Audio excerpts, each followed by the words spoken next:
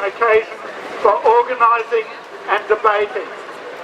I used to be active in the movement in the 60s, and it took about a year before it became a movement. I look at this as being the start of something that in a year's time will become a movement.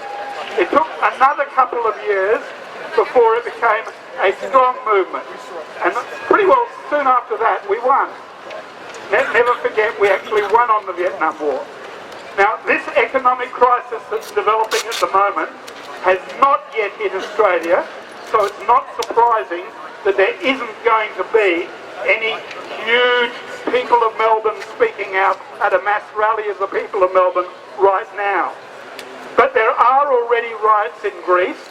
It has already really hit Greece, and something serious has started at Wall Street, which has spread around the world, and we're here in solidarity with it.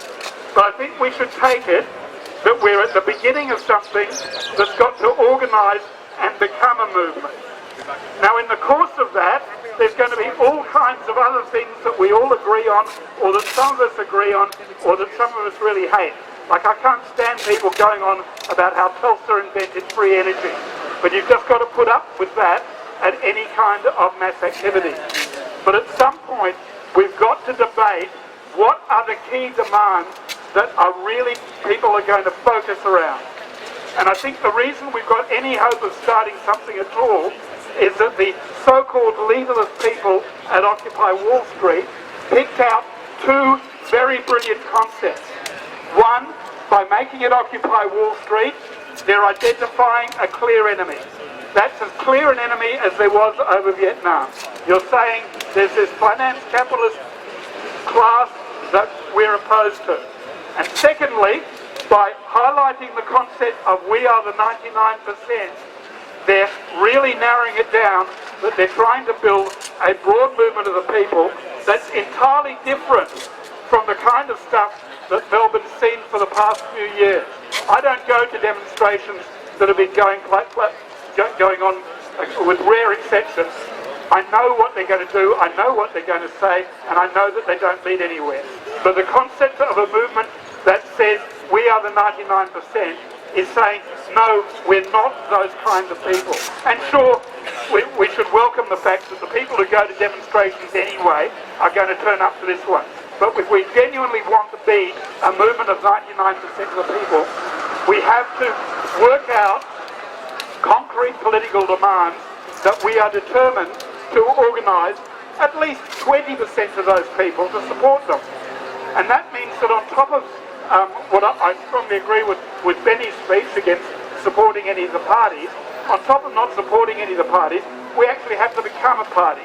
Because we haven't actually got, say, 20% of the people who are actually supporting a political demand we're raising, then we're not yet a movement that actually threatens anyone. We can go and parade outside the stock exchange, we can do all kinds of activities, we can make each other feel good, but we're not actually a threat unless we've hit about 20%. So if we adopt political demands that are in the interests of 99%, and we succeed in mobilising 20%, we'll be pretty close to winning. Now, that can only emerge, won't happen today, it can only emerge over the next year or so in the course of active debate and struggle between different political tendencies. And that was certainly what was going on in the Vietnam movement. There are a lot of people who just said it was all about peace, and there are a lot of people who said, well, the only way you're going to get peace is if the Vietnamese win and the Americans lose. And that's the way it turned out to be. But that kind of internal struggle is necessary. So I want to put forward, for other people to disagree with, the concept that the main demand we should put forward is a wealth tax on the 1%. And there's very good arguments against the wealth tax, which you will hear at length from the mass media. Firstly, it will result in capital flight, that the wealthy 1%, faced with even a moderate wealth tax, as they already have in places like France and Italy and so on, there are wealth taxes in a number of European countries, even a very small rate tends to result in your richest people going off to live in the Cayman Islands or Monaco or wherever, so they don't get taxed. And a second objection to a wealth tax is that It's expensive to administer, it's much cheaper to collect goods and services taxes and so on, because you've actually got to track down the wealth and monitor it and establish capital controls and so on, all of which strikes me as necessary if we're ever going to solve the problem. But unless we're actually prepared to take all the wealth of the 1%, and it's actually a fraction of 1%, but a fraction of 1% owns about 60% of the total wealth. Unless we're actually prepared to take it off them, we can't do much about the way the economy runs, because they run it. Now, we're not going to get 99% or even 20% to agree with us on the need to take all the wealth of the 1%. We can agree among ourselves, but they won't agree with that. But I reckon it won't be that hard to get people to agree with the basic concept of a wealth tax. So what they will have in mind is that even Warren Buffett was appealing to Barack Obama, saying he needs to tax the rich more. And Barack Obama has agreed he will tax the rich more, but it's an income tax, not a wealth tax. There's even groups of millionaires in France and Germany. They all agree they need to be taxed more, but they won't be that keen on a wealth tax that starts to bite. But the advantage of it is that opportunist shits like people in the ALP and the Green Party and so on can go along with a wealth tax and say, oh yes, we'll introduce that too, and try and persuade us to vote for them, while we can keep pushing for it to be an expropriation tax. So I'm putting forward as a serious matter for debate, for people to actually have arguments for and against, that a key central demand be we want a wealth tax literally confined to the 1%. There's a wealth tax that does not apply to anybody who hasn't got more net wealth than being in the top 1%.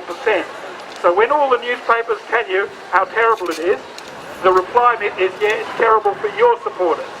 You know, but 99% of us, it doesn't apply to us at all. And if you're in the 1%, that's very interesting for us to know.